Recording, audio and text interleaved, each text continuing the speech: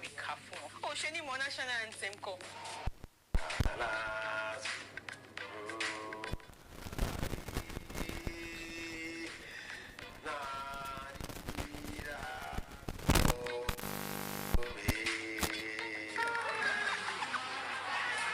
Sálà ní ọ̀gọ̀ wa kiri.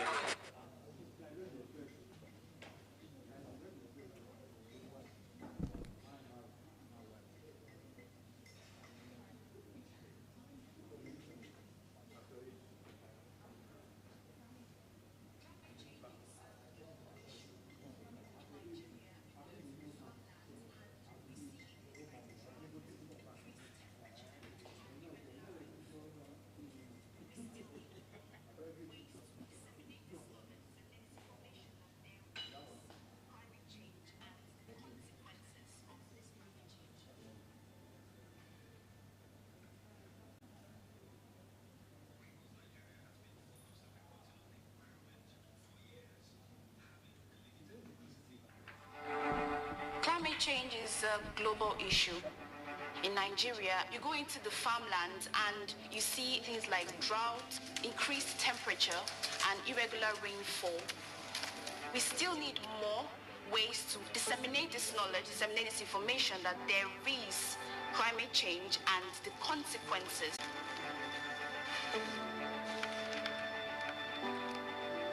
Nigeria has been focused on reporting on the environment for years. Overall capacity and commitment to effective data reporting and by extension effective journalism reporting. And I think that's where Google comes in. They're helping media innovators spread across the different continents of the world come up with ideas that lead to solutions that are actually changing the media ecosystem, and more than that, changing society. We had a number of strategic sessions and said, okay, we have this idea, Eco9 Plus. Eco9 Plus is driven by user-generated data. Journalists are able to access raw data from the field that have been uploaded by users in far-flung communities across the country. We work with researchers, we work with scientists, established organizations, international organizations, with real expertise and capacity to determine whether there is an established, proven scientific pattern of changes to the environment that we can attribute to climate change. And then it moves on to visualization. Eco9 Plus helps me get information about what is happening to write their stories. I know that this data is accurate. This data is from the source. Our platform is helping us to better report across the spectrum, to better report the crisis that our environment is experiencing. Our hope is to build the largest repository of climate-focused data on the entire African continent that can spur strategic intervention from key stakeholders. It's not just about reporting, it's putting ourselves in the battlefield and finding actual practical solutions that can withstand and resist the impact of climate change. Being able to tell the truth about the real consequences of climate change helps people to take measures that will combat the climate change and help to preserve the environment.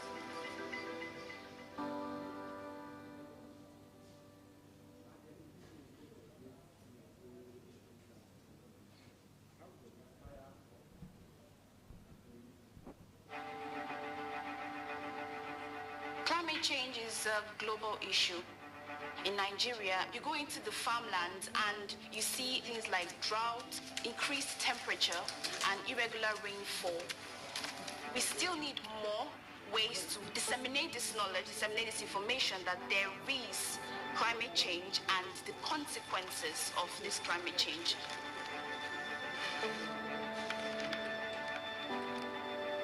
Nigeria has been focused on reporting on the environment for years. Having a limited capacity, limited resources, is quite a widespread problem, not just in Nigeria, but across Africa. And that contributed to limiting our overall capacity and commitment to effective data reporting and by extension, effective journalism reporting. And I think that's where Google comes in. They're helping media innovators spread across the different continents of the world come up with ideas that lead to solutions that are actually changing the media ecosystem, and more than that, changing society. We had a number of strategic sessions and said, okay, we have this idea, Eco9 Plus. Eco9 Plus is driven by user-generated data.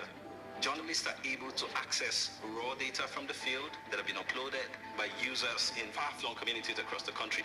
We work with researchers, we work with scientists, established organizations, international organizations, with real expertise and capacity to determine whether there is an established, proven scientific pattern of changes to the environment that we can attribute to climate change. And then it moves on to visualization. Eco9 Plus helps me get information about what is happening to write their stories. I know that this data is accurate. This data is from the source. Our platform is helping us to better report across the spectrum, to better report the crisis that our environment is experiencing. Our hope is to build the largest repository of climate-focused data on the entire African continent that can spur strategic intervention from key stakeholders. It's not just about reporting, it's putting ourselves in the battlefield and finding actual practical solutions that can withstand and resist the impact of climate change. Being able to tell the truth about the real consequences of climate change helps people to take measures that will combat the climate change and help to preserve the environment.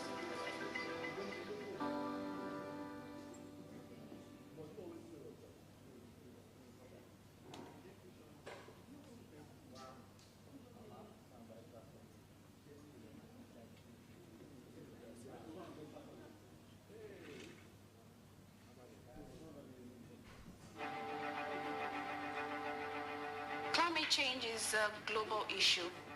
In Nigeria, you go into the farmlands and you see things like drought, increased temperature, and irregular rainfall. We still need more ways to disseminate this knowledge, disseminate this information that there is climate change and the consequences of this climate change.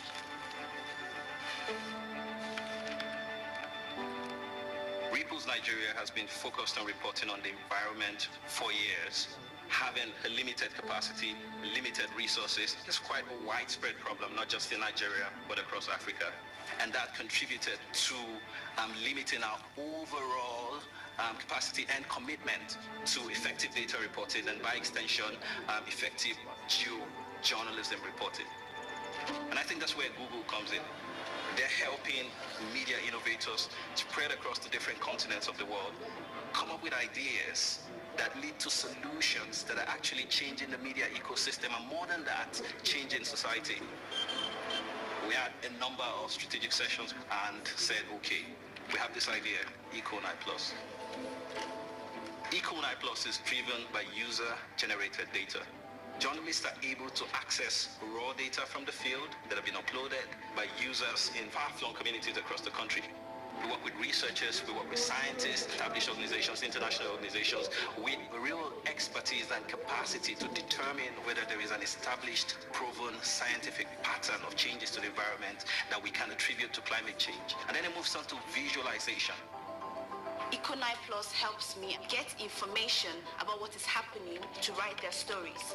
I know that this data is accurate. This data is from the source. Our platform is helping us to better report across the spectrum, to better report the crisis that our environment is experiencing. Our hope is to build the largest repository of climate-focused data on the entire African continent that can spur strategic intervention from key stakeholders. It's not just about reporting, it's putting ourselves in the battlefield and finding actual practical solutions that can withstand and resist the impact of climate change. Being able to tell the truth about the real consequences of climate change helps people to take measures that will combat the climate change and help to preserve the environment.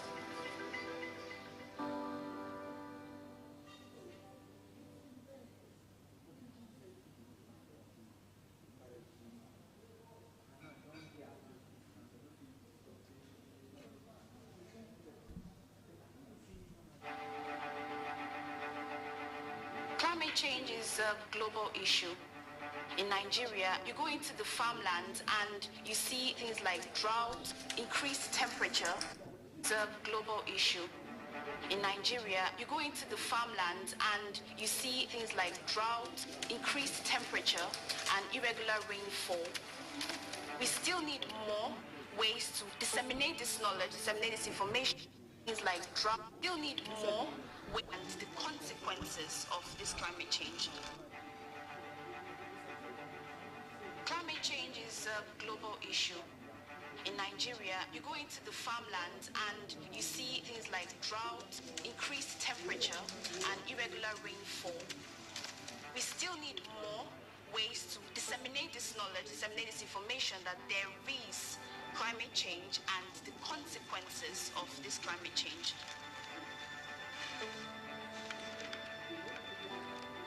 Ripples Nigeria has been focused on reporting on the environment for years.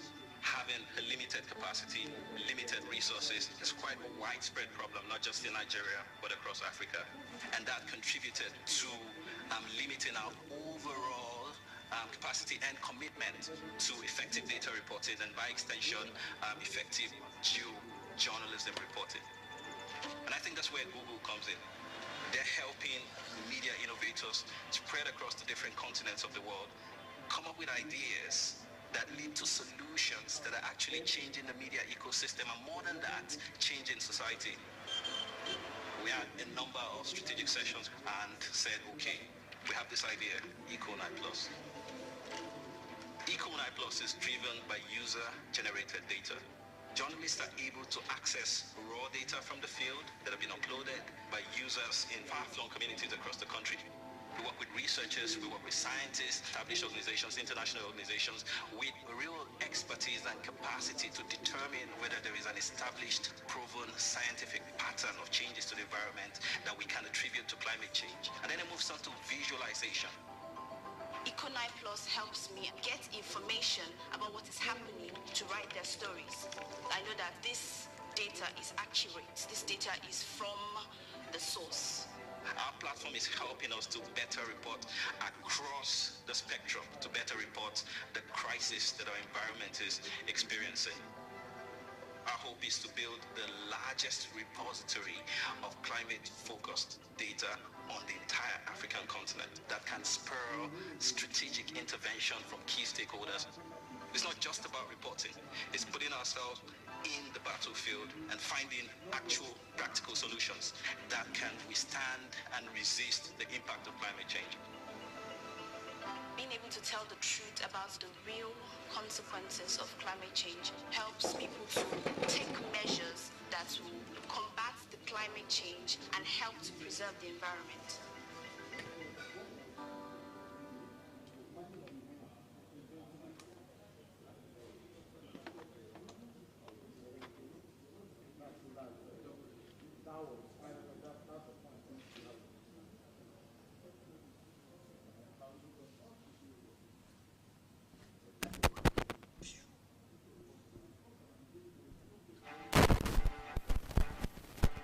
Climate change is a global issue.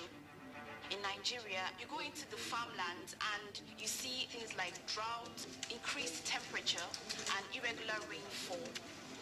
We still need more ways to disseminate this knowledge, disseminate this information that there is climate change and the consequences of this climate change.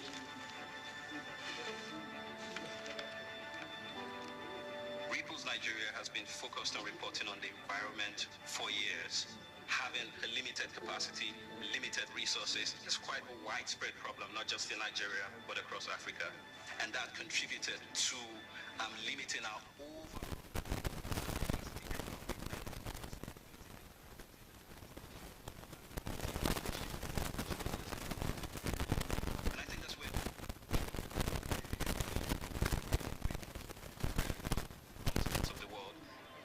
ideas that lead to solutions that are actually changing the media ecosystem and more than that, changing society.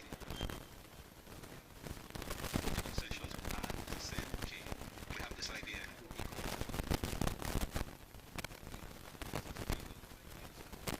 Data. Journalists are able to access raw data from the field that have been uploaded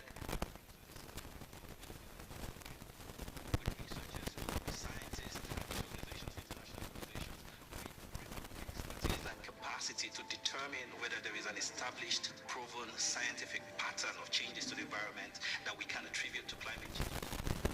Visualization. Eco9 Plus helps me get information about what is happening to write their stories. I know that this data is accurate. This data is from the source. Our platform is helping us to better report across the spectrum, to better report the crisis that our environment is experiencing. Our hope is to build the largest repository of climate-focused data on the entire African.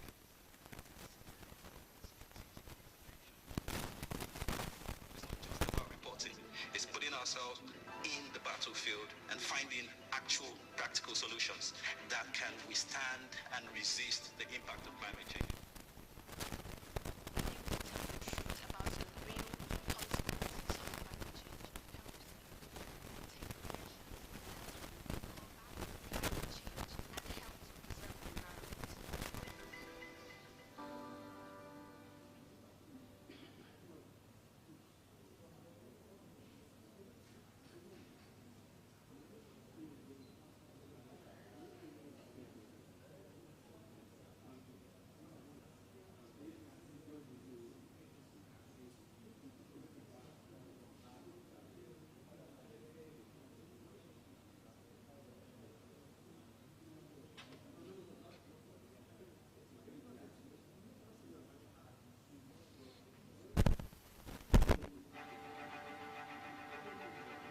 Climate change is a global issue.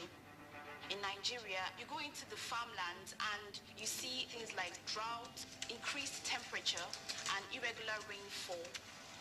We still need more ways to disseminate this knowledge, disseminate this information that there is climate change and the consequences of this climate change.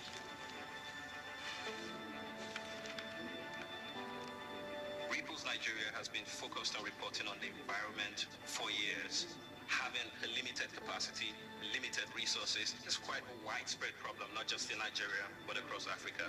And that contributed to limiting our overall capacity and commitment to effective data reporting and by extension, effective journalism reporting. And I think that's where Google comes in. They're helping media innovators spread across the different continents of the world come up with ideas that lead to solutions that are actually changing the media ecosystem, and more than that, changing society.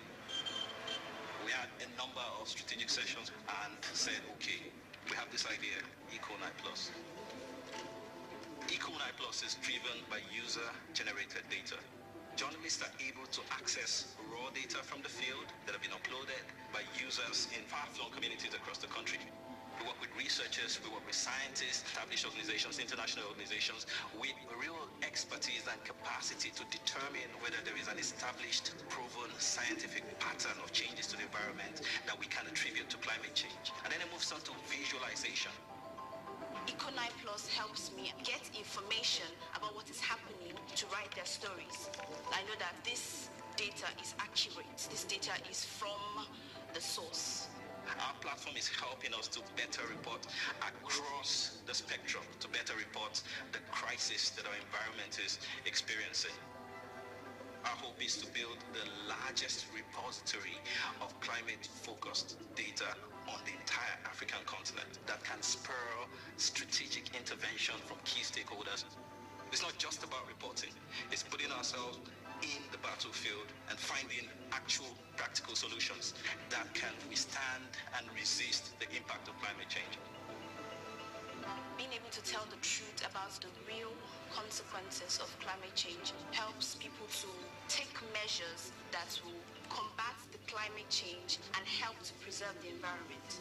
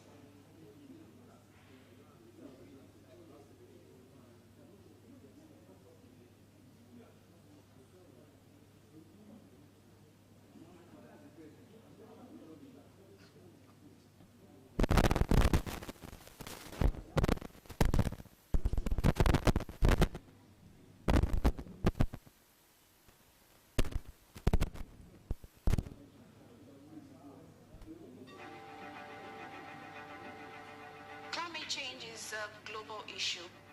In Nigeria, you go into the farmland and you see things like drought, increased temperature, and irregular rainfall. We still need more ways to disseminate this knowledge, disseminate this information that there is climate change and the consequences of this climate change.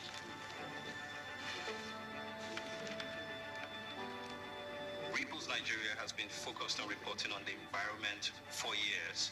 Having a limited capacity, limited resources is quite a widespread problem, not just in Nigeria, but across Africa. And that contributed to limiting our overall capacity and commitment to effective data reporting and by extension, effective journalism reporting. And I think that's where Google comes in. They're helping media innovators spread across the different continents of the world come up with ideas that lead to solutions that are actually changing the media ecosystem, and more than that, changing society. We had a number of strategic sessions and said, okay, we have this idea, Eco9 Plus. Eco9 Plus is driven by user-generated data. Journalists are able to access raw data from the field that have been uploaded by users in far-flung communities across the country. We work with researchers, we work with scientists, established organizations, international organizations, with real expertise and capacity to determine whether there is an established, proven scientific pattern of changes to the environment that we can attribute to climate change. And then it moves on to visualization. Eco9 Plus helps me get information about what is happening to write their stories. I know that this data is accurate. This data is from the source. Our platform is helping us to better report across the spectrum, to better report the crisis that our environment is experiencing. Our hope is to build the largest repository of climate-focused data on the entire African continent that can spur strategic intervention from key stakeholders. It's not just about reporting, it's putting ourselves in the battlefield and finding actual practical solutions that can withstand and resist the impact of climate change.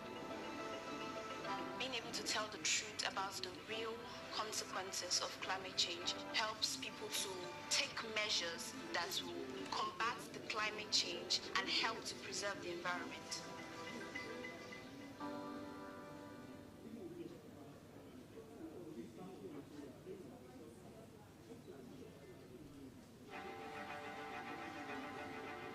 Climate change is a global issue. In Nigeria, you go into the farmland and you see things like drought, increased temperature, and irregular rainfall. We still need more ways to disseminate this knowledge, disseminate this information that there is climate change and the consequences of this climate change.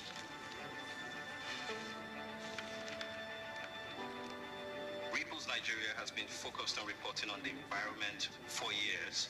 Having a limited capacity, limited resources is quite a widespread problem, not just in Nigeria, but across Africa. And that contributed to limiting our overall capacity and commitment to effective data reporting and by extension, effective journalism reporting. And I think that's where Google comes in. They're helping media innovators spread across the different continents of the world come up with ideas that lead to solutions that are actually changing the media ecosystem, and more than that, changing society. We had a number of strategic sessions and said, okay, we have this idea, Eco9 Plus. Eco9 Plus is driven by user-generated data. Journalists are able to access raw data from the field that have been uploaded by users in far-flung communities across the country.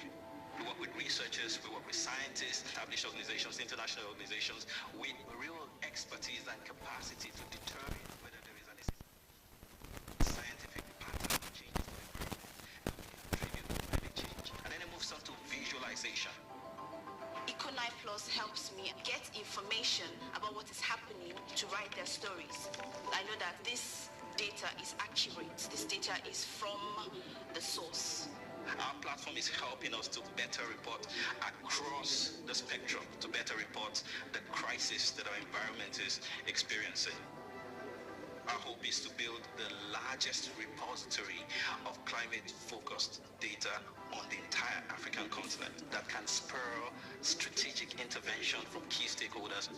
It's not just about reporting, it's putting ourselves in the battlefield and finding actual practical solutions that can withstand and resist the impact of climate change. Being able to tell the truth about the real consequences of climate change helps people to take measures that will combat the climate change and help to preserve the environment.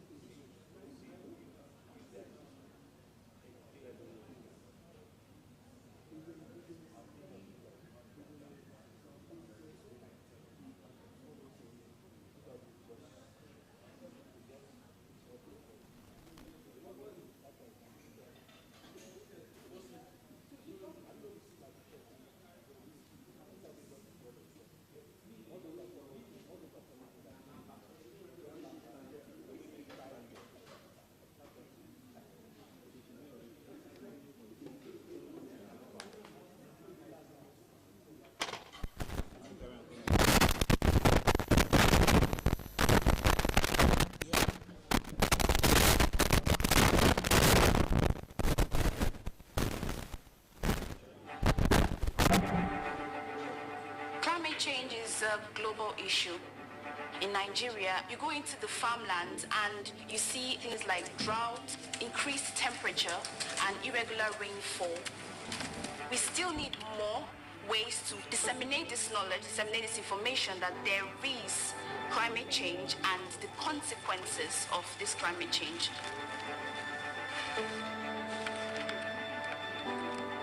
Ripples Nigeria has been focused on reporting on the environment for years. Having a limited capacity, limited resources, is quite a widespread problem, not just in Nigeria, but across Africa. And that contributed to limiting our overall capacity and commitment to effective data reporting and by extension, effective journalism reporting. And I think that's where Google comes in. They're helping media innovators spread across the different continents of the world, come up with ideas that lead to solutions that are actually changing the media ecosystem and more than that, changing society. We had a number of strategic sessions and said, okay, we have this idea, Eco9 Plus. Eco9 Plus is driven by user-generated data. Journalists are able to access raw data from the field that have been uploaded by users in far-flung communities across the country. We work with researchers, we work with scientists, established organizations, international organizations, with real expertise and capacity to determine whether there is an established, proven scientific pattern of changes to the environment that we can attribute to climate change. And then it moves on to visualization. Eco9 Plus helps me get information about what is happening to write their stories. I know that this data is accurate. This data is from the source. Our platform is helping us to better report across the spectrum, to better report the crisis that our environment is experiencing. Our hope is to build the largest repository of climate-focused data on the entire African continent that can spur strategic intervention from key stakeholders. It's not just about reporting, it's putting ourselves in the battlefield and finding actual practical solutions that can withstand and resist the impact of climate change. Being able to tell the truth about the real consequences of climate change helps people to take measures that will combat the climate change and help to preserve the environment.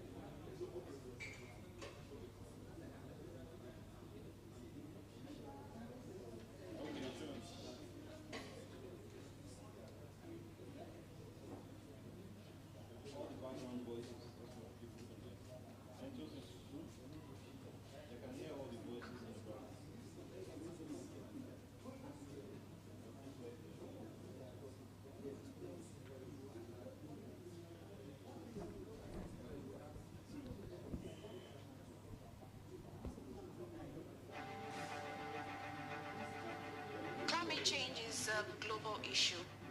In Nigeria, you go into the farmlands and you see things like drought, increased temperature, and irregular rainfall. We still need more ways to disseminate this knowledge, disseminate this information that there is climate change and the consequences of this climate change.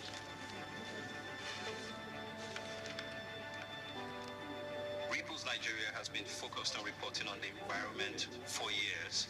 Having a limited capacity, limited resources is quite a widespread problem, not just in Nigeria, but across Africa. And that contributed to limiting our overall capacity and commitment to effective data reporting and by extension, effective journalism reporting. And I think that's where Google comes in. They're helping media innovators spread across the different continents of the world, come up with ideas that lead to solutions that are actually changing the media ecosystem, and more than that, changing society. We had a number of strategic sessions and said, okay, we have this idea, Eco9 Plus. Eco9 Plus is driven by user-generated data. Journalists are able to access raw data from the field that have been uploaded by users in far-flung communities across the country. We work with researchers, we work with scientists, established organizations, international organizations, with real expertise and capacity to determine whether there is an established, proven scientific pattern of changes to the environment that we can attribute to climate change. And then it moves on to visualization. Eco9 Plus helps me get information about what is happening to write their stories. I know that this data is accurate. This data is from the source. Our platform is helping us to better report across the spectrum, to better report the crisis that our environment is experiencing. Our hope is to build the largest repository of climate-focused data on the entire African continent that can spur strategic intervention from key stakeholders. It's not just about reporting, it's putting ourselves in the battlefield and finding actual practical solutions that can withstand and resist the impact of climate change. Being able to tell the truth about the real consequences of climate change helps people to take measures that will combat the climate change and help to preserve the environment.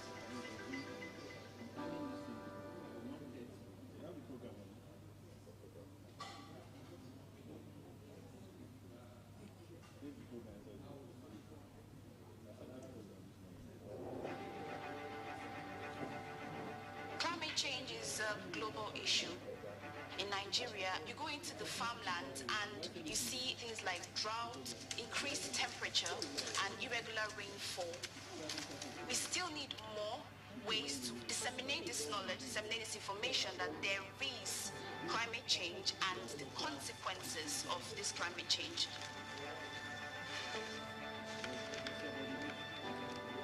Repos Nigeria has been focused on reporting on the environment for years. Having a limited capacity, limited resources is quite a widespread problem, not just in Nigeria, but across Africa. And that contributed to limiting our overall capacity and commitment to effective data reporting and by extension, effective journalism reporting. And I think that's where Google comes in.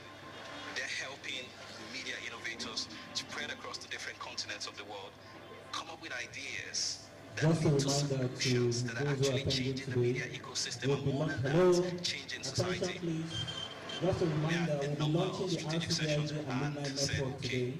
we have this So idea, every single Eco9 person Plus. who's ever participated in any of our Eco9 Rcdij Plus is events will be driven able by to become an user-generated data. Rcdij alumni. Journalists are So able to we've launched access that raw data from the network today. field You can that have been join. It uploaded has a by lot of users opportunities. in People far-flung will be able to communities across the collaborate on country. different We work with journalism researchers, projects we work with from scientists, across established the organizations, continent. international So we have organizations, partners with from, real across expertise and different countries in capacity to Africa determine and whether as there is well an as here in established, Nigeria. proven, We also scientific have access pattern to of the changes to the Rcdij environment Africa that we Fund. can attribute to So we're climate going change. to And then it moves on to visualization. select specific projects Eco9 and Plus support helps me get journalists within the information network to about what be is able to pursue happening to write different their stories. story I know that ideas and this investigative data interests. is accurate. And also This that's a data is fantastic from new the opportunity source. for us. Our platform is helping As us part to of the better report Rcdij alumni across the network, spectrum, to better we are also report launching the the crisis Rcdij that our fellowship. environment is So members experiencing. of the network Our hope is to build the largest form repository the pipeline, of if you like, climate-focused for the fellowship. data on the So entire at the end African of today's continent that training, can there'll be spur a link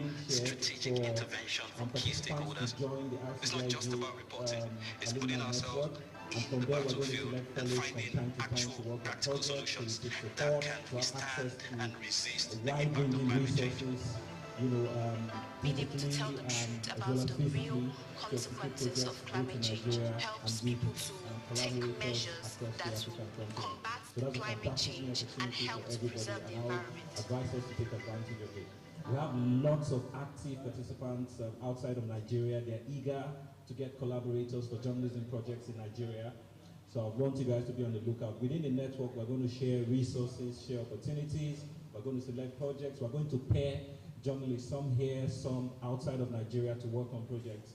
And some of those projects can be award-winning projects, and we believe that we're going to help to bring visibility to areas of journalism that are not very visible in the continent at the moment. For instance, on geojournalism, solutions journalism, climate reporting, etc., etc. So that's a fantastic new opportunity.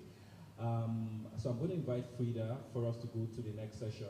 Remember, once this session is done, I think we'll take the session from Google. Once we're done with the session from Google, we're going to have lunch, and then we'll take the final session from Climate Home News. But I'm going to cue everybody in before we begin any of the other sessions that are lined up for today. So Frida, let's put our hands together for her. Thank you, thank you. Please, I want us to be more engaged, more interactive. That's what these trainings are for. You should ask questions, you should be more curious. And if there's anything you don't understand, you can, signal by raising your hand so that she can pause, explain again, and interact with you. Thank you very, very much. Thank you.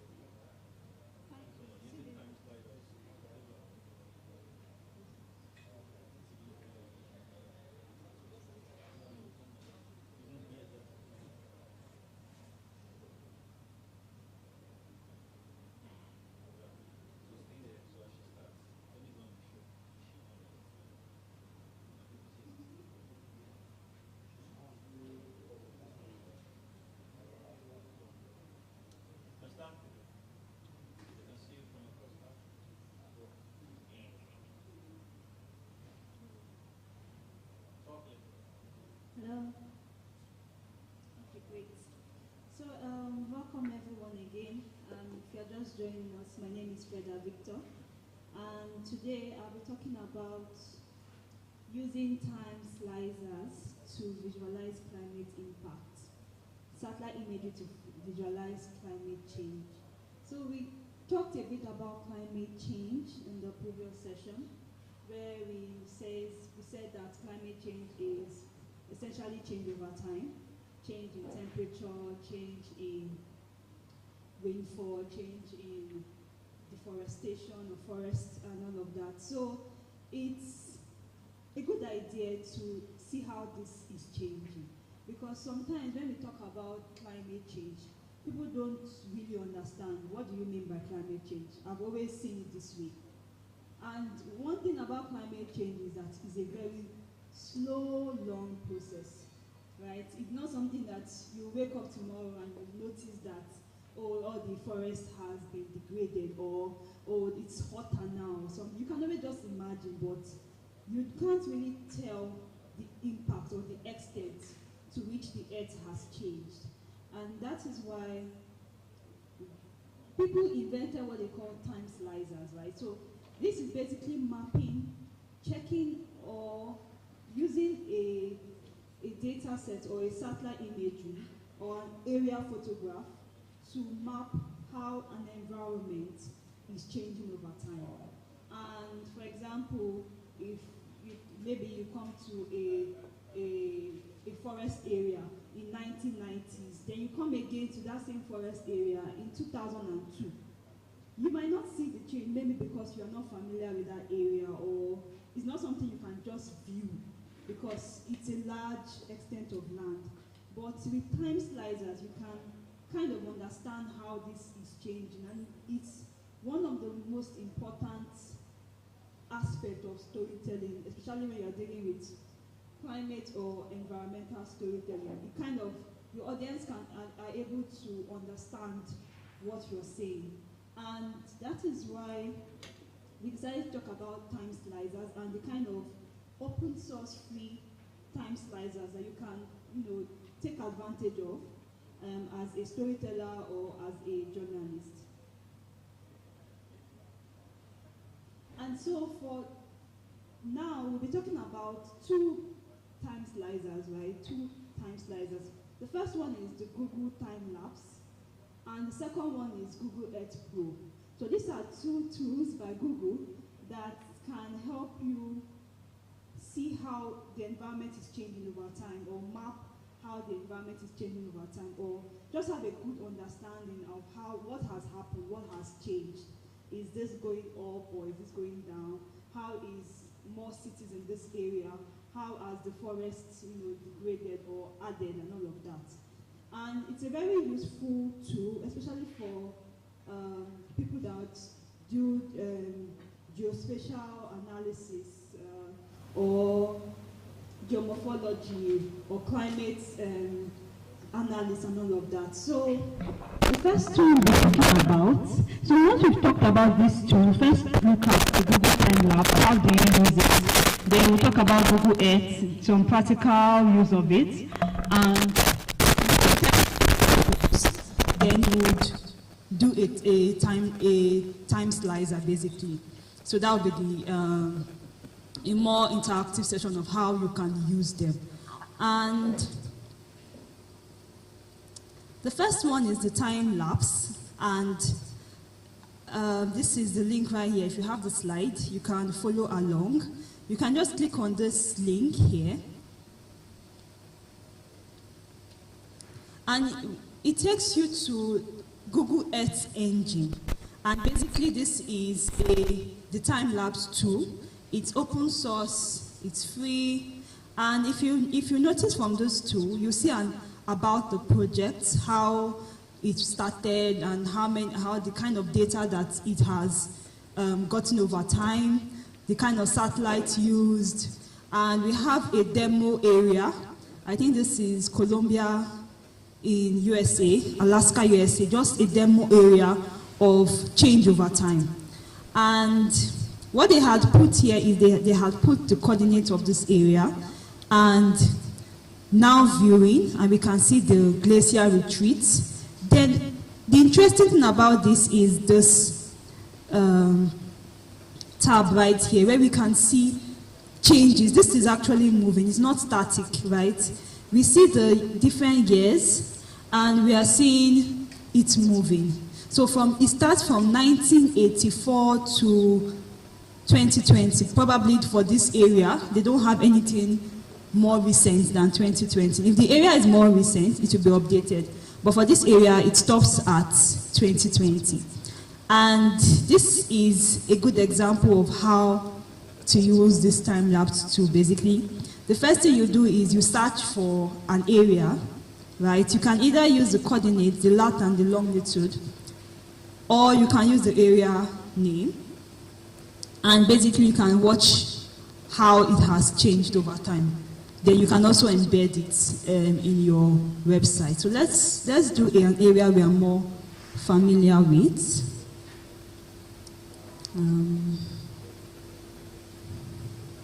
Okay, let's use, I think I have a sample area here.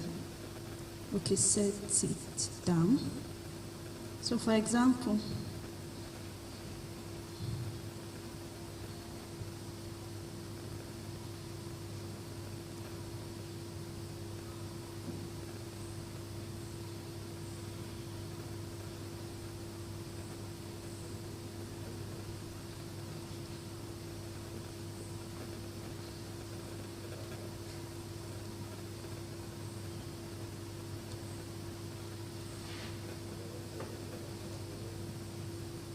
so as I tapped an area, and this is just the area in our slide, it just automatically left the US and came to Africa. And that's why you see it rolling and going. And this is the area, and this is the area in our slide, basically. And what I just did was I just copied the name. So you can either copy the name of the area or copy the coordinates. Copy, paste, and we can see that this is like I guess a dam, and we can see that from 1994 it changes, how this dam is probably reducing and all of that. And if it's too fast, you can actually pause it here and see it one after the other. So I can see how it changes slowly. There's the speed here, where you can actually control the speed of your slicer. So you have the option to control the speed. Then you can just click on it and see the changes. It might be subtle, but if you compare 1984 to 2020, you will see that the changes can be very drastic. And what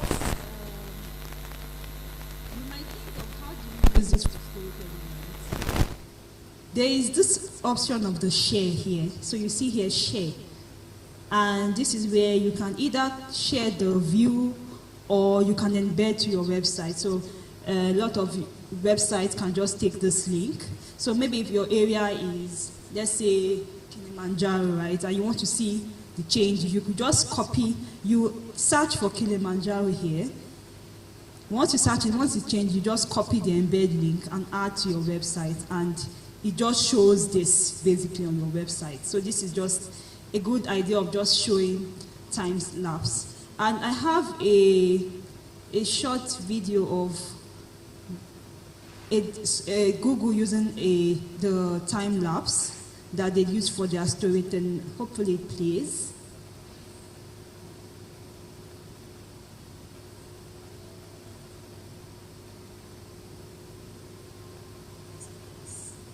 Does it have volume?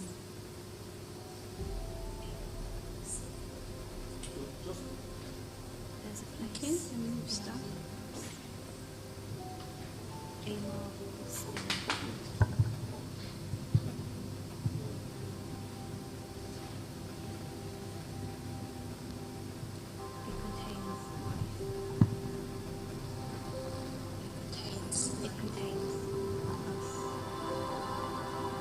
It contains us.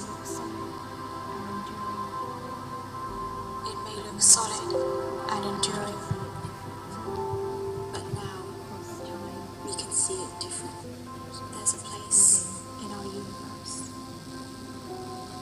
A marble spinning in a vacuum.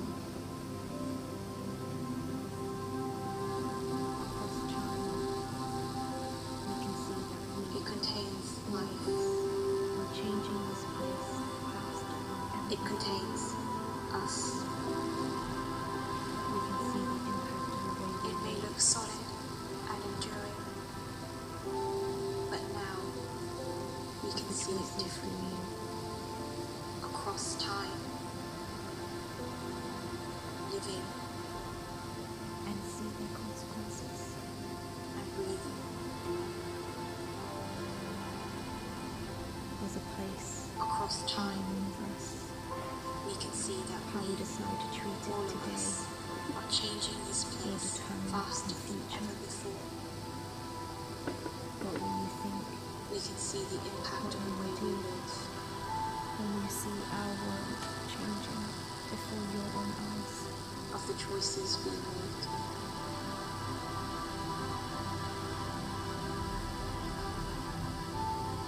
And see their consequences.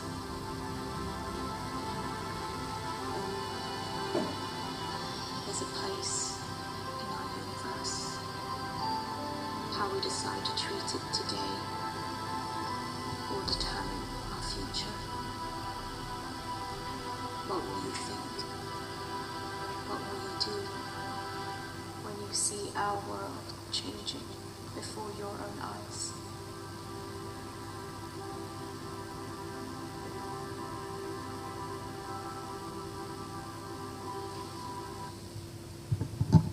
So so that was just an example of how to use the time lapse, and that was a really great example from Google, and we kind of saw how they use that for storytelling, and we can kind of relate to what the message that they were trying to pass across to us. And there are different examples that I can show you. And if you see the end of the slide, let me just go there.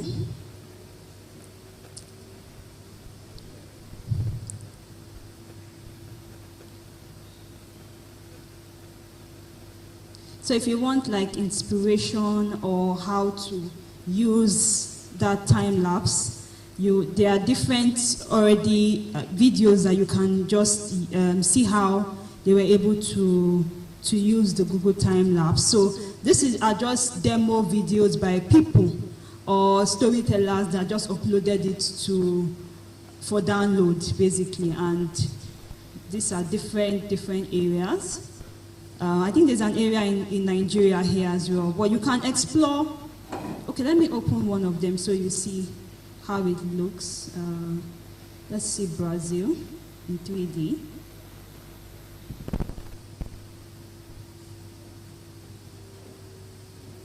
So it's still like the way Google had shown theirs, but I mean, if you have something like this in your story, it kind of passes the message in a way that people can relate to what you're saying.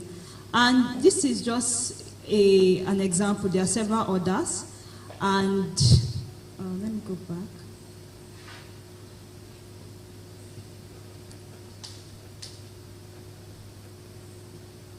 Yes.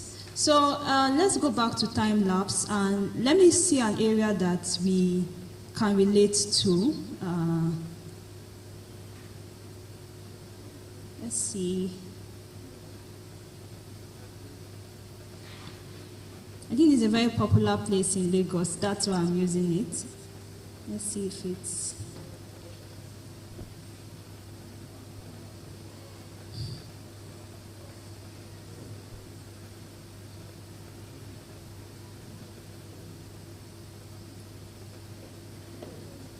So it's not super clear, but if the area that you're working with is clearer than this, then it looks a lot better. But these are just one of the limitations to using Google Earth, as opposed to using Google Time Lapse, as opposed to using Google Earth. But if I zoom this a little more, you might see a better presentation. And also this bear in mind that this could get clearer if your internet is better. So yeah, so this is just what, like I mentioned, you can search for an area, you can use the coordinate, or you can use the name of the location, your time lapse, embed the code, copy the code and embed to your website. It's as simple. I don't know if there are any time lapse before we move to the next.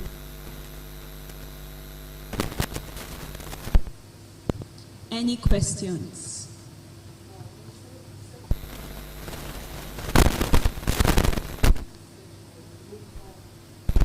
Yes, it's like using your Google Maps, right? Is exactly. So it's like even if it doesn't bring up location, you can always zoom, pan, and go to the exact. If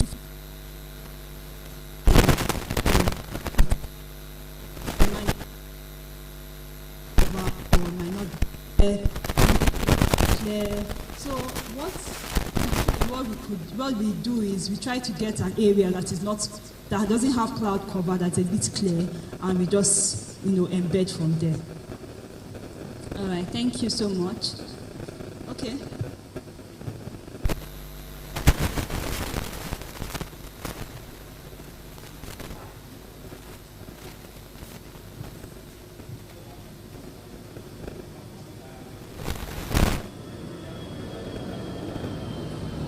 I can't hear you. Raise the other mic.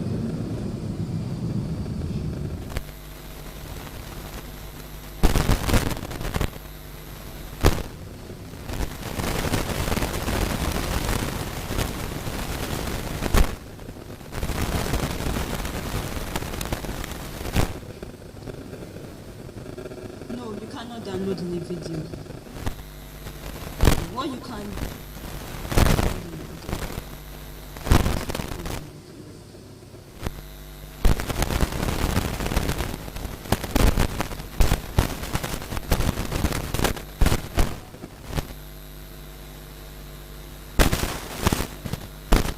make everything work together. So you can have your population in one side, you can, but this one will just look like this. You can also take screenshots, that also work. You can take screenshots of the same different areas. You can play via video.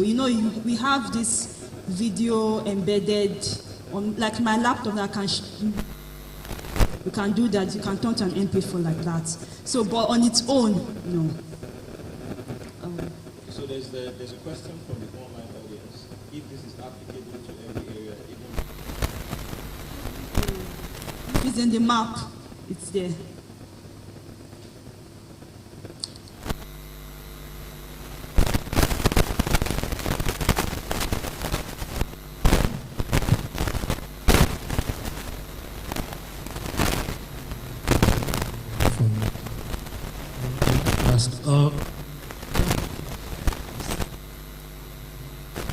Picture of the other thing live.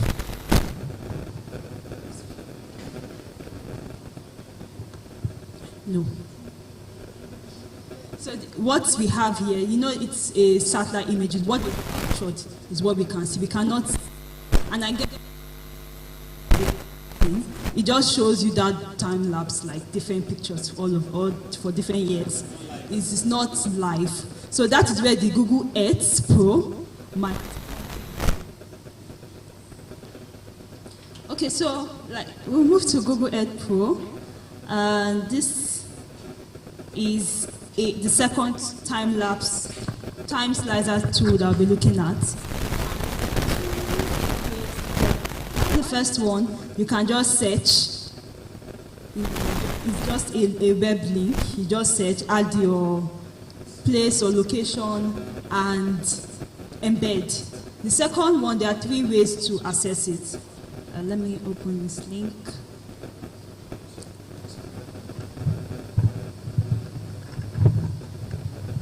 Hello? Okay. So this for Google Earth Pro, I think this is more popular than the Google time lapse. So you can access Google Earth Pro through the web, mobile, or desktop. So you can download it as an application, you can use it via web, and you can download it via your mobile phone. So let's see how the web one looks. So it says launch it.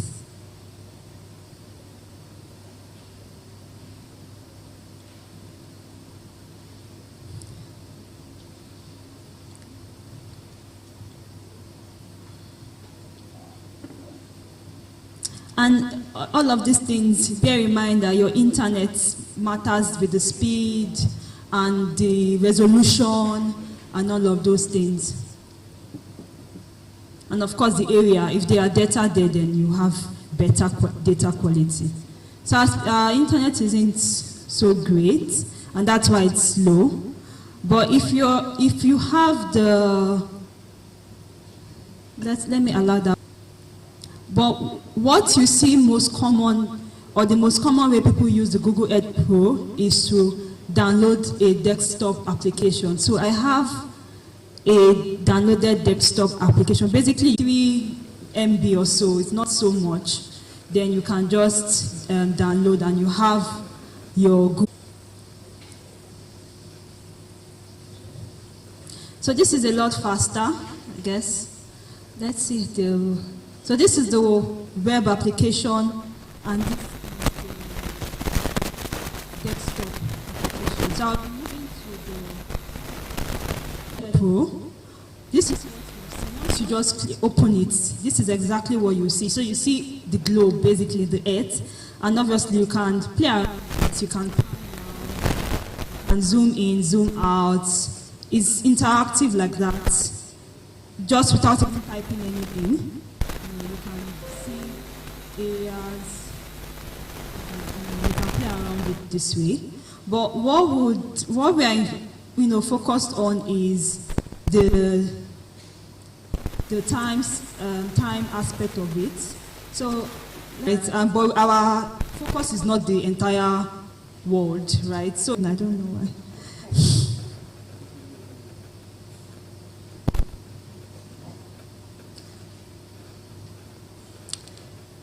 So if you're following what usually,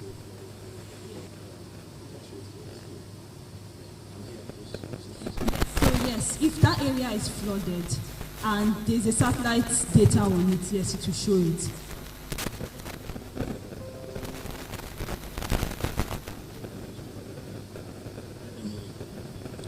Okay, so our online audience, your question is if normal Earth can do this. You won't get as much compared to the Google Earth Pro. It's more limited. Than the Google Pro. So that's why we usually advise to use the Google Earth Pro.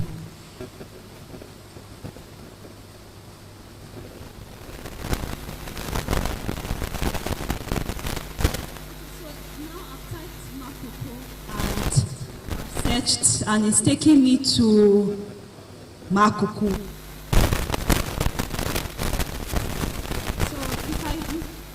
If you are following, there's a zoom in, there's a zoom out when dealing with location information or location data. So if you want to zoom in to see a more wider area, you can. If you want to, zoom out, if you want to zoom in, if you want to zoom out. So I am panning, as I'm moving. You want to see like a hand gesture like this, it means that you can drag and move. So when you talked about the area, once you've gone to the distance, you can now pan and move to the area in question. So for now, we'll be focused on this Makoko area. And what I'm interested in is how to search. So we found an area, and this area should be quite familiar with our Lagosians here. So this is a slum area, or an area that is very close to the water side. We can search for any area. We can search for Mount Kilimanjaro. You can search for anything, basically, just like you use your Google Maps.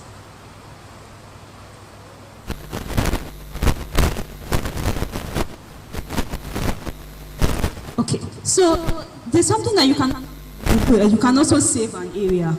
And if you want to have your saved area, so if you scroll down, you see where they have places. And not all together because of screen, but you see where you have, and this is your saved places. So you can also save for example, I want to work with this Makoko image, and the next time I load Google Earth, I don't want to start from scratch and have to go back, then get this exact area again. I will just use a place mark. And a place mark is basically like a pin of area. Before that, I didn't talk about the coordinates, right? As I'm moving around, I'm changing my coordinates, and you can see the coordinates here. And you can via coordinates, just the area name. So if you have an exact location, just put the coordinates. And so for the place mark, we'll come to this area right here, close to the search. You'll see this pin, this yellow pin. That is the place mark. And if I hover around it, the name place mark. And what it shows me name, latitude, longitude, description, style, view, attribute. So what I'm basically trying to do here is to save this location. I can move the place mark somewhere here, and I can save this area. I can say Makoko. For example, this is a street. And I would save it. So let me just do that so you see.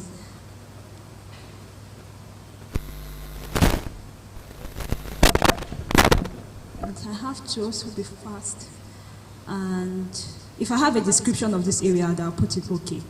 And once I've done that, it's here. If you see Makoko Street, it has automatically saved. So anytime I open Google Pro, I will just click on it, and it will just show me this exact area that I have saved. And the next thing that I would, just because of time, the next thing I will look at is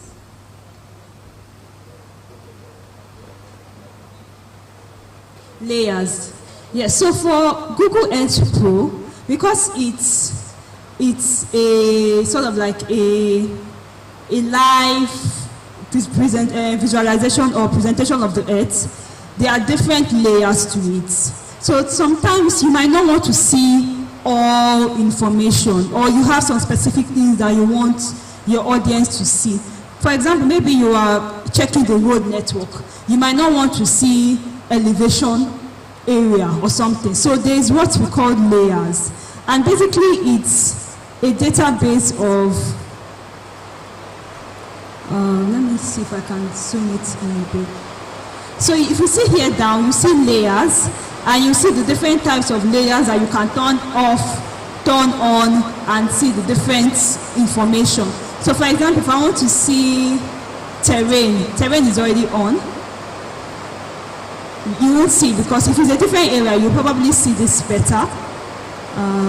Weather.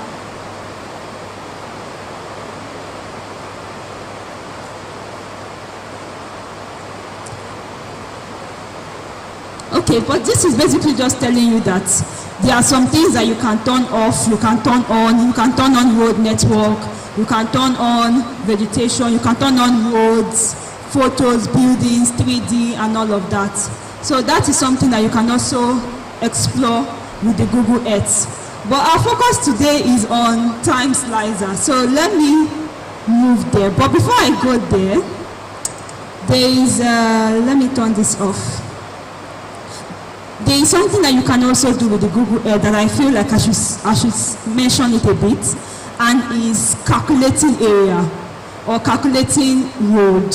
So sometimes they might ask you, how many kilometers is this area, or how many kilometers is this road, and you might not know. Or if you're working with a study area in your story and you want to know maybe a city, the area, the measurement of the area or the calculation of the area, you can also do that with the Google Earth Pro.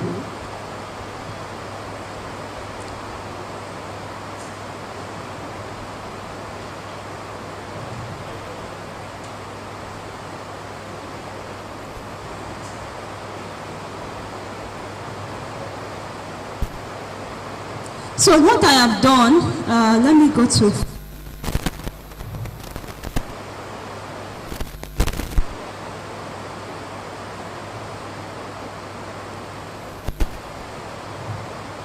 So from my slide there, you see that they have kind of explained how to, use, we call it the ruler and part here. And it's telling you that you can calculate like measurement and all of that, like I said. So you go to the menu, click ruler, and you can see the different options to use. So let's go there and see that. Menu.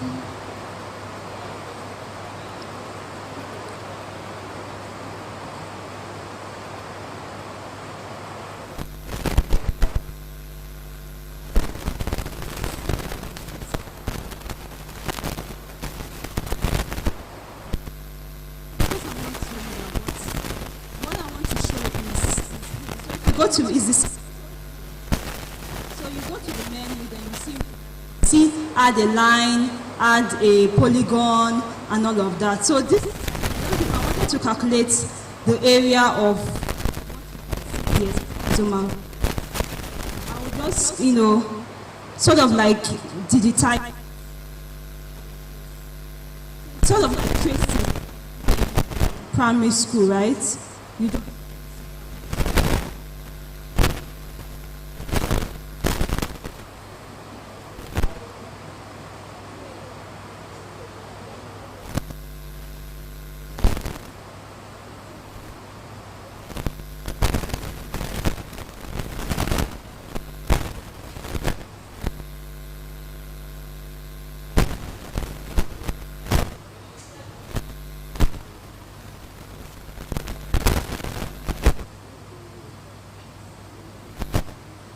And that is how to, let me bring out the information.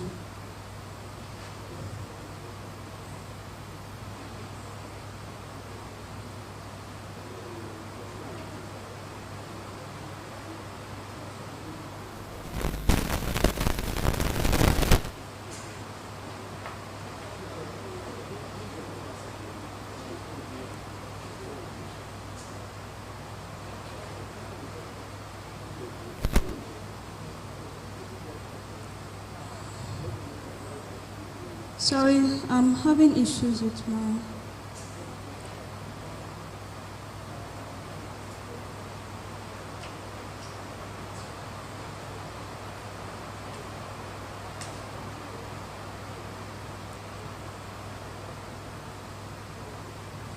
Okay, so this was the ruler thing I was looking for. And we did a polygon. Let me do it again.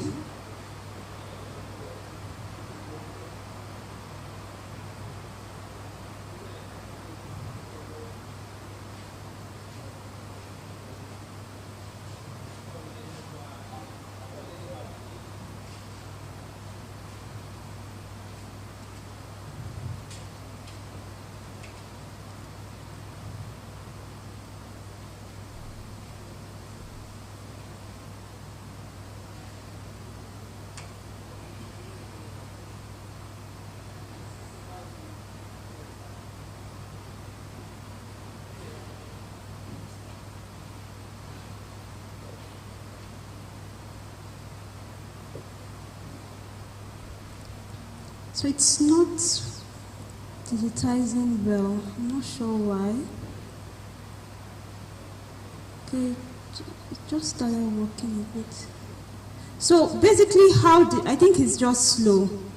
Basically what I'm doing is I'm trying to get the calculation or the area of this. So if, for example, if you have a line, maybe a road, and you want to see the length of the road in either kilometers, inches, feet, meters, and all of that. You just, select line here. You should see this square looking thing. Then you just be clicking on it, and it will give you something like this.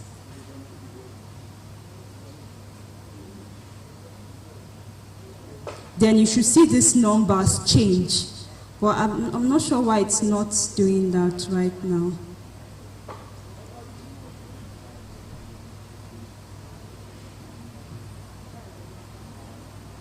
So this was the width. I wanted to show the path.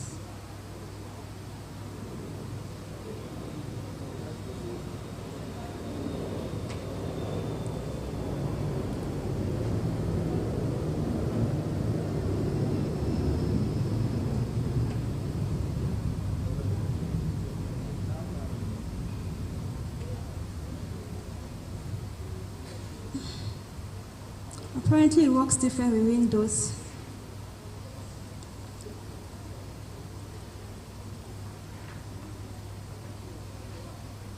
So I had to double click with mouse. So basically, if this is the area that you're looking at, you should see the kilometers. That's the area and the perimeter here, like I've done. Then you can save this information. So I'll just clear this out. And because of time. Another thing that you can do with the Google Earth Pro is elevation profile. So if you have areas that maybe you are interested to see how high those areas is, maybe like topography, you want to compare it with maybe surrounding lowlands or valleys or mountains and all of that. You wanted to see what is the highest point, for example, of a mountain. Then you can also use the Google Earth Pro to see or calculate the elevation.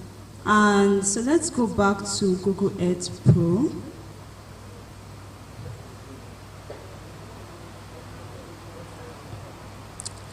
And I'll go to Makoko again. Then what you can do, if I wanted to see the elevation of Makoko, I'll right click on it.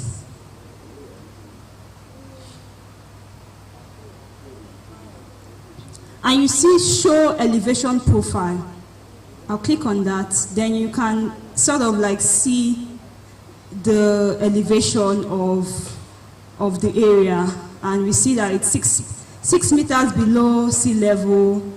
This is sea level. It's pretty low when compared to a mountain. This is like very, very low. And to see how low this is, we can see 0, 6. Let me give you an idea of how low Makoko is. Let me do.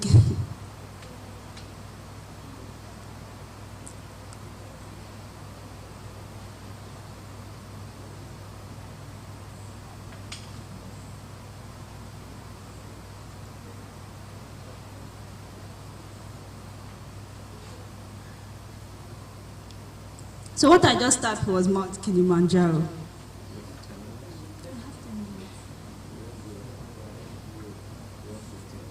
Okay. So I'll do the same thing here. I'll just write, this is Mount Kilimanjaro. And I just wanted to compare the elevation between the area we checked, Makoko and Kilimanjaro. So that's just...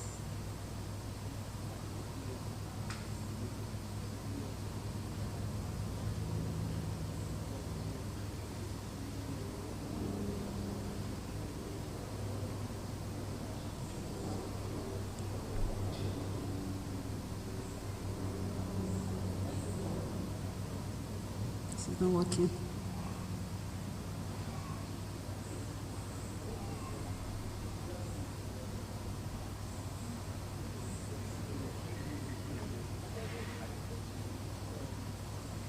So I'm having a bit of issues with my mouse. It's acting on its own.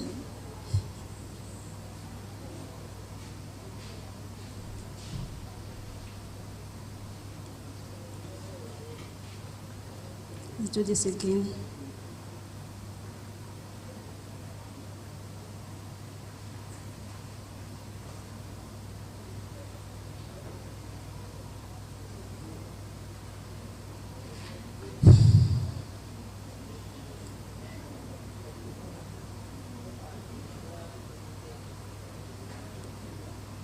Okay, it's not going. I don't know why it's not allowing me to click on it. Well, let's check another area.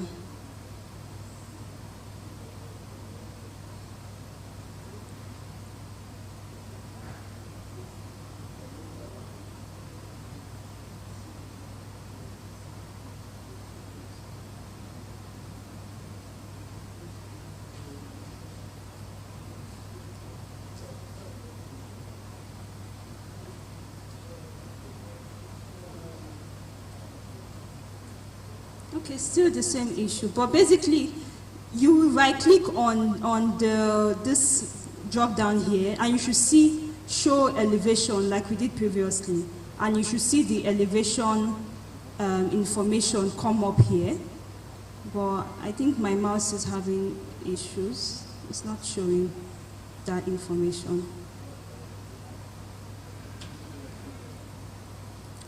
Okay, so the next thing I will look at is comparing the two tools. So basically, we've looked at Google Earth Pro and Google Time Lapse. And for Google Earth Pro, there are a lot of things that you can do. We just barely scratched the surface. We just looked at calculations and such. But there are a lot of things that you can do with it. It's more... it's not as limited as the time lapse. You can save images, you can save, like there's a lot of things you can do with Google Earth Pro. You can see elevation data, you can see drainage, you can see road, you can calculate and all of that. You can even link it to your Google Maps, and you can see real-time data on Google Earth Pro, but you can't do that with time lapse. So sometimes you see that, like the last time we saw for Google time lapse, it stopped at 2020. So sometimes the data is not like as recent, but it's very simple to use, and it's just a good addition to your story. So for the next thing that would, and because I'm running out of time, the next thing I will look at is timeline. And basically what we want to do here is do, let's see this story.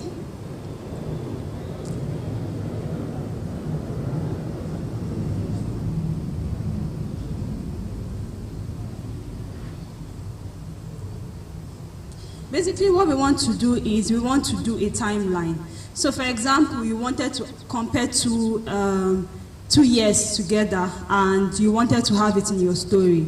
So we'll just do a quick demo on how you can use Google Earth to do that. For Google Timeline, you just need to embed. But for Google Earth Pro, you have to save the images of the area and join it with maybe a tool like Flourish.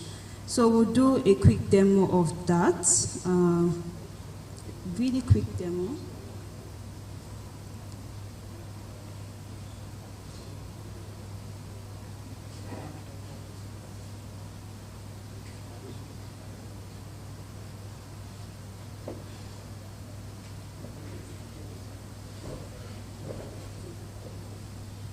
So we're back to our Makoko area, and if I wanted to see Makoko historical imagery of Makoko, or how Makoko looked like in previous years, I'll come to this. It's time, I've forgotten the name here, time something. I don't know why it's not showing on my own. But you come to this time, there's a time icon right here. Then you just click on it. Then you should see this, this stuff will come up, this time, basically a ruler of time. So you see for this area, we have data from 1985 to 2002. So if you check the search, the next 1, 2, 3, 4, 5, 6, you see here time. I don't know if it's clear. It's not very clear there. So let me zoom out.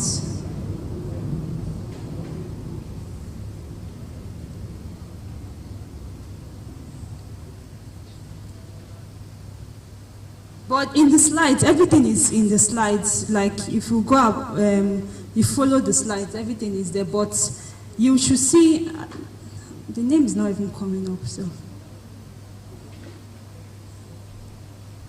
Okay, it's not showing. But let me see if it shows here. Do you see it here? It's clear here, right? Yes, so this timeline, I think that the name is timeline. You see it here. Then the next thing you do is you can play, you can pause. So we'll go to the earliest year, which is 1985, and we should see how it looks. The internet is quite slow, so it's taking a while to load.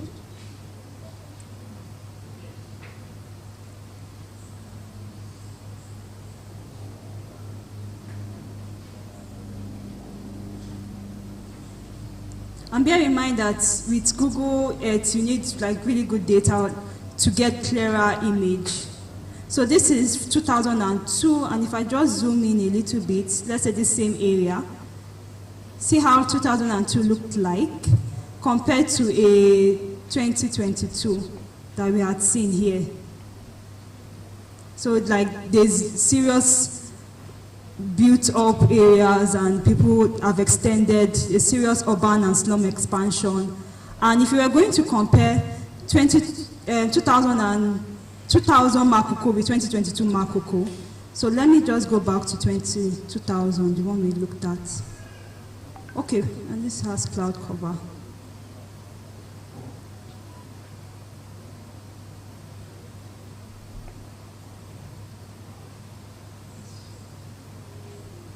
Okay, let's stick to 2008 then.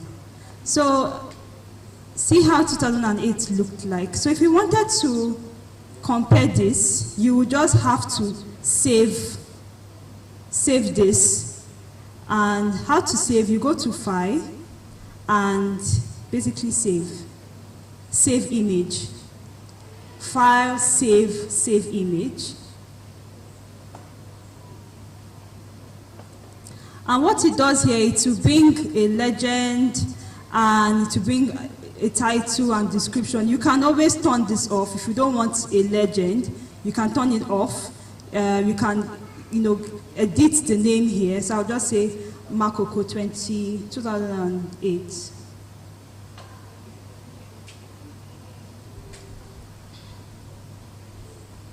Right? I'll do the same thing for, and let me confirm it's in my,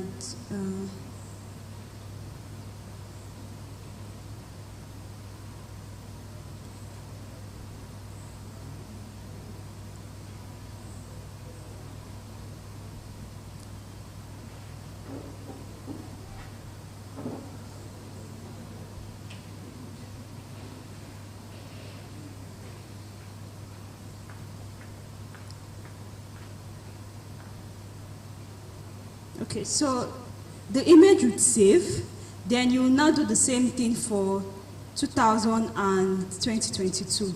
So you go back to File, you save, and you see Save Image. Then you can as well name that to 2022, just to have, and you've saved it. Save image. I didn't see that.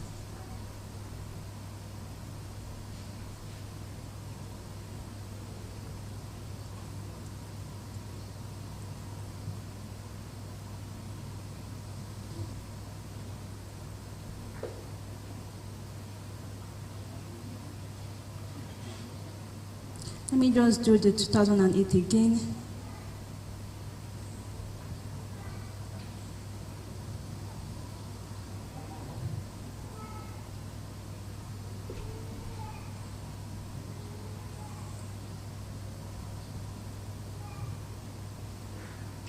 Okay, so we can, for now, we can leave Google Pro. And basically what we want to do is we want to create a timeline, right? So the next thing we'll do is, there are different platforms that you can use to do this, but we'll stick to Flourish today. Let's go back to Flourish.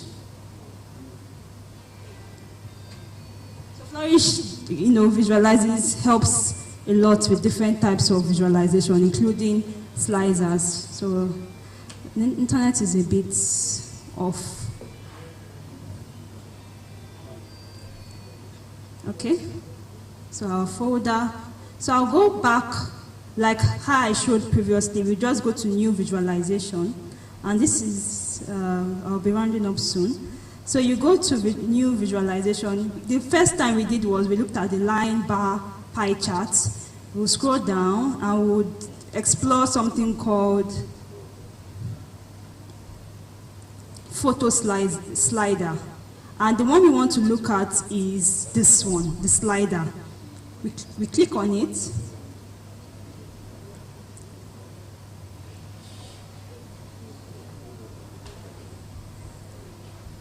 And basically we want to replace the demo or dummy images with our saved areas in Makoko years here. So what we will just do, those images that we've saved, we see here photo 1, photo 2. So what you just do is you come to photo 1, there's like an arrow here, you click on it, you locate your saved document, and you basically just replace it. You do the same thing.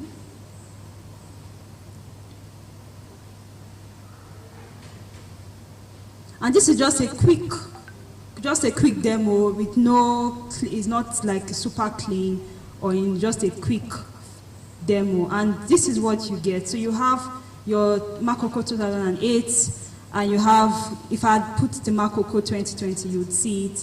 But you can easily just compare, okay, it's Makoko 2022. You can easily just compare, the difference is like serious difference here. And you will obviously, you export this and you save. Let's do that. A copy.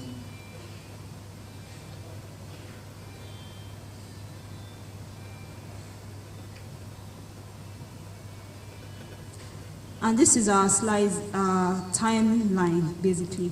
And this is something that you can, embed on your website, and, you can show the difference. So this is just one example. Like, you can explore different areas of, and I left a bunch of resources in the slide that you can look at.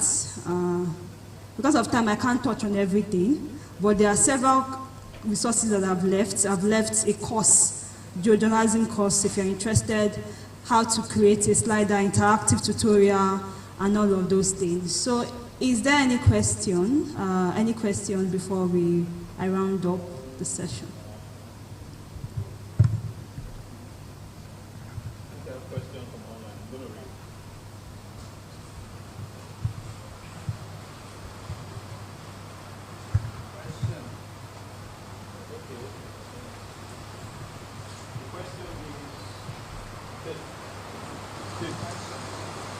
What if I do not have photos from previous years?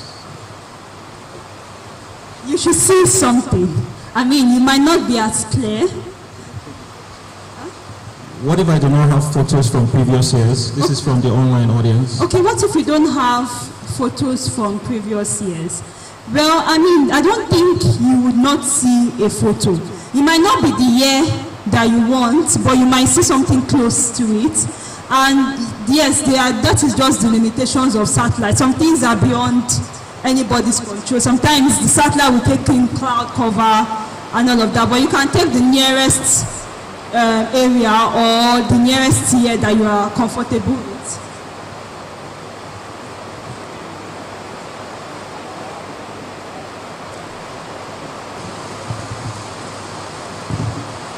Hello, good afternoon.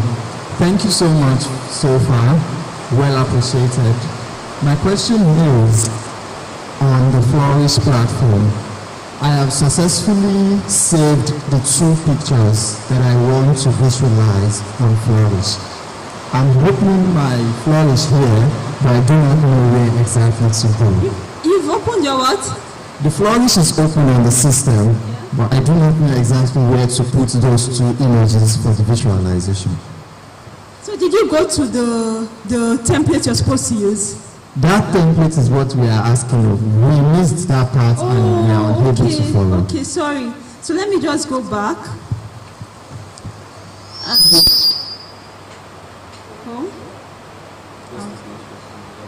Yes. I just want to. So you go to new visualization.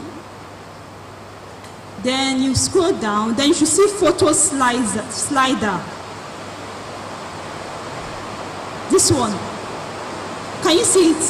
The second one. And that is it. Yes. So yeah, thank you everyone for listening. Thank you for having me today. Thank you so much. Over. Let's put our hands together for her. Remember, this is not the end. We're going to send you all the resources you need, and then we're going to have subsequent trainings, both virtually and in person, so you can build on the foundation that you've gotten here today and develop the proficiency for geojournalism and data journalism. Let's put our hands together for her once again. So we are switching to the next session immediately. It's going to be by Ken Kiunga. He's a teaching fellow at Google, and we're switching to Zoom. Do we all have the Zoom link? I think we sent that earlier in one of the emails we sent out. Do we all have the Zoom link? Do you know if you have it? Okay, can we switch to Zoom? The session is going to start immediately. What network? Okay, just try and then we'll just take off from there. So because it's going to be on Zoom, you have to be glued to your computers and just take it from there. This is going to be very hands-on. Ken is a very good instructor. So I'm going to go over to Zoom, introduce Ken, and we'll just begin immediately. After Ken's session, we're going to have lunch, and then we'll hit our final session. You'll receive your certificates, and we're done. We're going to move as fast as possible. Thank you very, very much. If you have questions, contributions, just note them down. We're going to take them later. Thank you very much. So we're switching to Zoom now. Thank you.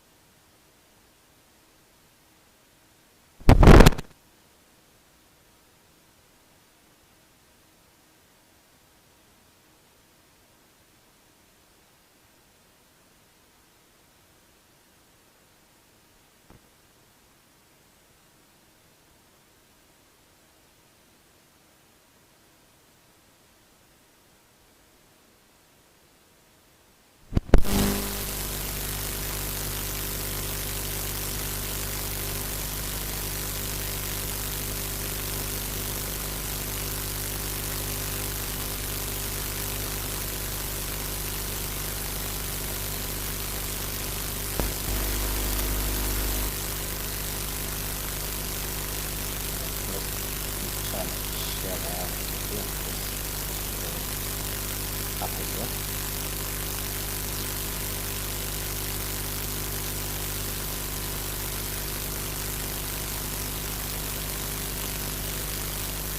Now, is it visible?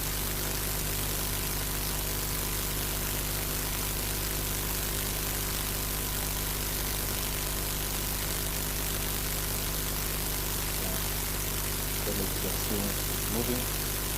So I guess when I move it, so I have to come back to it.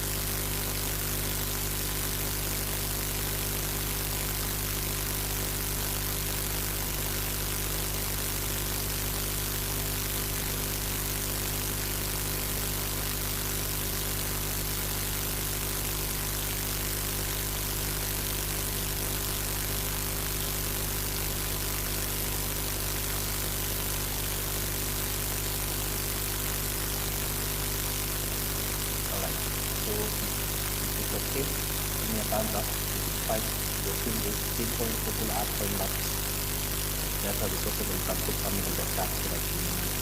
And thanks for the heads up. Great. Alright. Right, so those are the three things that we've been looking at. Supporting pinpoint focal arc time lapse, that's how it's possible as you are marking. Sometimes get, but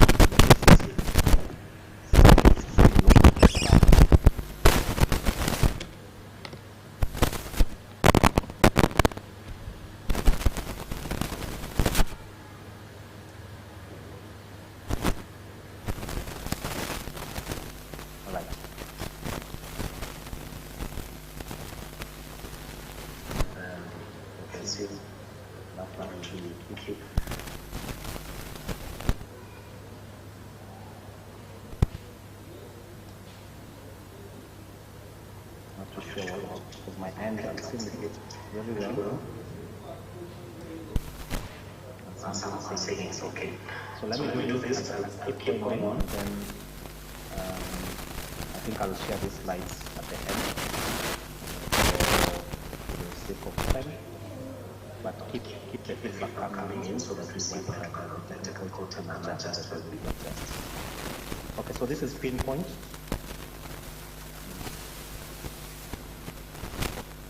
So pinpoint, again, as I said, it allows you to quickly search through thousands of documents. And as I say, you have an audio file, you can upload the audio file and it will do your transcript. If you have a video file, you can just upload the video file and it will give you a transcript of that video file. If you have a PDF, it's able to search across all these kinds of file types. And you're able to quickly see what is happening across different file types. So I'll take you just through what the spec of pinpoint is. So it's an AI phone. So this is something you can do. It gives you a bigger picture. So you have uploaded, some people can even upload up to 1,000 pages, 1,000 documents. And what you'll be able to see is I think for the benefit of everyone, let me download this, let me share this, just give me a minute, because I see many people can't see this. So let me download this presentation and forward it to the team to see if they can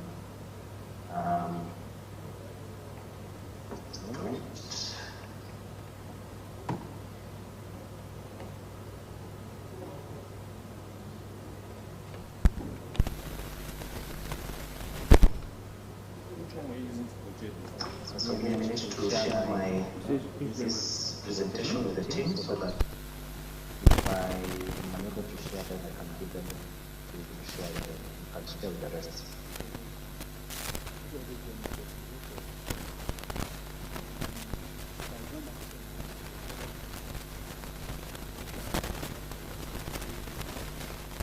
Do that. The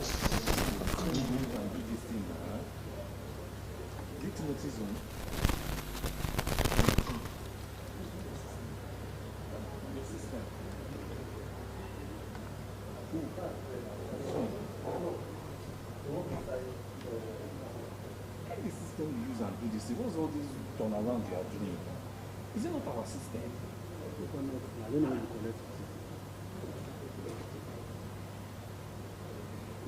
He said that's the system.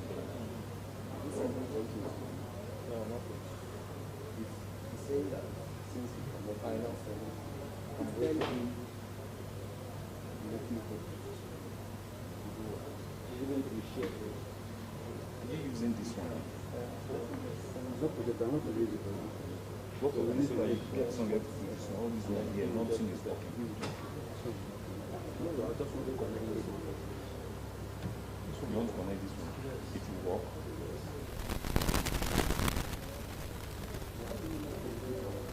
What's that? We do this. It's a transcribed audio and video, so you can upload your audio and video files and it will transcribe for you. It can also search within text, so if someone sends you scanned images or photo or document, all you need to do is to upload that image, that scanned image on pinpoint, and it will be able to read the text and able to extract the text and paste that text on an editable version, whether that's Word document or Google Doc. Then it's able also to read, it's able also to handle documents, so you have notes, and you have written or you have received some notes, and handwritten notes. You can quickly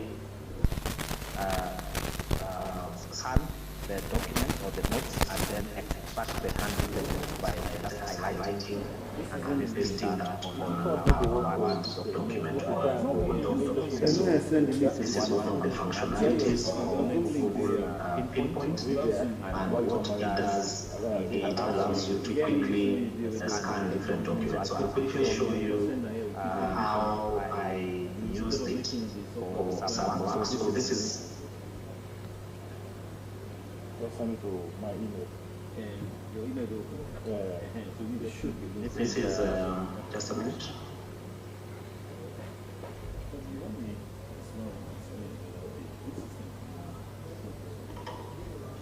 So this is my workspace for Pinpoint.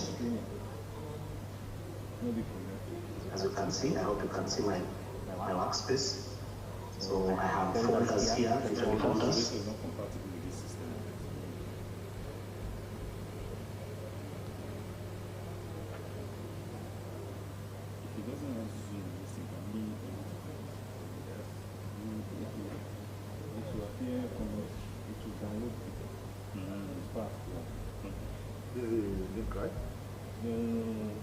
So what you are seeing here, for example, I got some documents from about Congo Basin, Congo forests, and if I click on that, you'll see I have different kinds of documents. So this is an image that has text.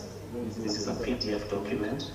And so there are different kinds of file types here, including my handwritten notes. So these are handwritten notes, as you can see. You'll be able to see that. This is a transcript, so the audio. So this is how the audio was transcribed. You can see. It was transcribed. And then this is a PDF document, which is sort of a brochure. It's scanned. You can see here. So I have uploaded all these kinds of file types about the Congo forest I found. So just this is an example. And if I search here for ecosystem, so I can search for ecosystem here. It will search across different file types. So this is a poster, so it's an image. It will be able to identify a text within the image. As you can see, this is a scanned image. It's a poster, and it was able to pick out ecosystem. If I go back here, it can tell me that there's also ecosystem here on this image. Here, you can see. So I can quickly search across. This is it's an audio file that has been transcribed, and you can see here he was able to pick that. So you are able to quickly search across different file types at the same time.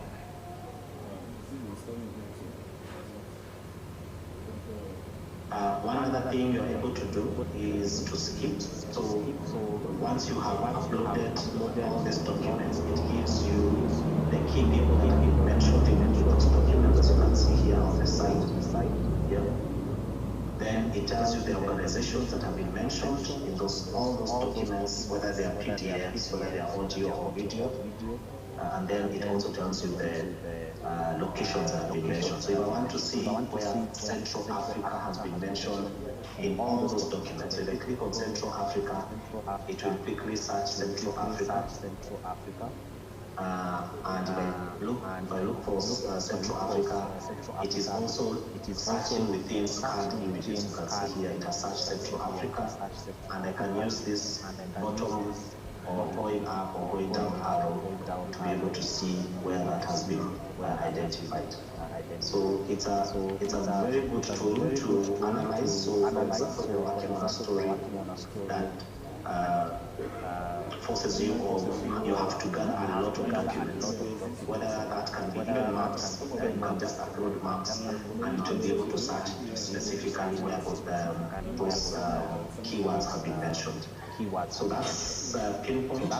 One more thing, you can actually, if you're working as a team, you can, for instance here, you can say, I want to bookmark Central Africa. So there's a key button here, I can indicate, I can label that document and create a new label, Central Africa. So let's say I want just to bookmark everywhere I'm finding Central Africa.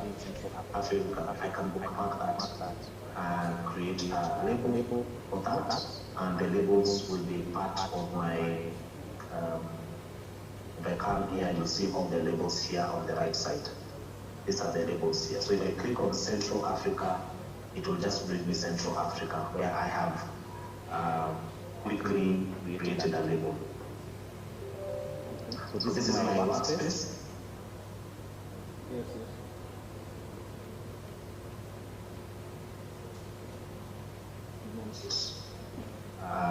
Your account. So if you go to g.co/pinpoint, g.co/pinpoint, you can create your account there, and there are no limits in terms of space. g.co/pinpoint, let me also post it on the chat section.